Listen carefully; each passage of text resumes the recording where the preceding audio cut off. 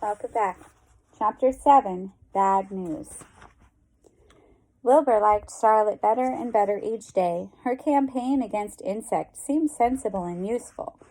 Hardly anybody around the farm had a good word to say for a fly. Flies spent their time in pestering others.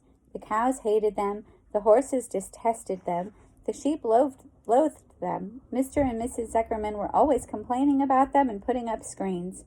Wilbur admired the way Charlotte managed. He was particularly glad she always put her victim to sleep before eating it. "It's real thoughtful of you to do that, Charlotte," he said. "Yes," she replied in her sweet, musical voice. "I always give them an anesthetic so they won't feel pain. It's a little service I throw in." As the days went by, Wilbur grew and grew. He ate 3 big meals a day. He spent long hours lying on his side, half asleep, dreaming pleasant dreams. He enjoyed good health, and he gained a lot of weight. One afternoon, when Fern was sitting on her stool, the oldest sheep walked into the barn, stopped to pay a call on Wilbur. "Hello," she said. "Seems to me you're putting on weight." "Yes, I guess I am," replied Wilbur. "At my age, it's a good idea to keep gaining." "Just the same, I don't envy you," said the old sheep. "You know why they're fattening you up, don't you?" "No," said Wilbur. "Well, I don't like to spread bad news," said the sheep, "but they're fattening you up because they're going to kill you, that's why." "They're going to what?" screamed Wilbur. Fern grew rigid on her stool. "Kill you? Turn you into smoked bacon and ham," continued the old sheep. "Almost all young pigs get murdered by the farmer as soon as the real cold weather sets in. There's a regular conspiracy around here to kill you at Christmas time. Everybody is in the plot. Lurvy, Zuckerman, even John Arable." "Mr. Arable," sobbed Wilbur. "Fern's father?" "Certainly. When a pig is to be butchered, everybody helps.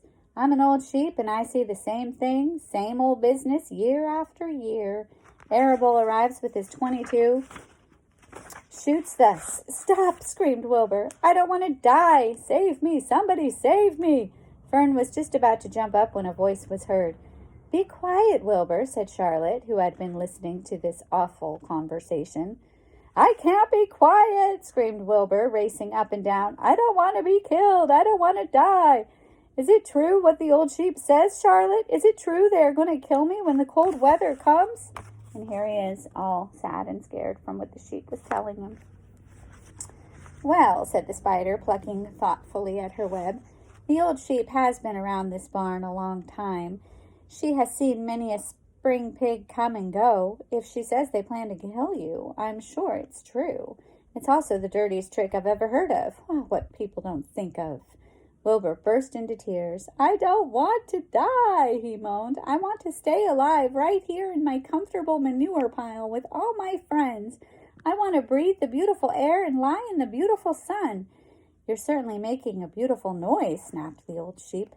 "I don't want to die," screamed Wilbur, throwing himself to the ground. "You shall not die," said Charlotte briskly. "What? Really?" cried Wilbur. "Who's going to save me?" "I am," said Charlotte.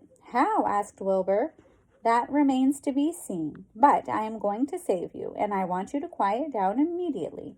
You're carrying on in a childish way. Stop your crying. I can't stand hysterics." And that is the end of chapter 7. Thank you.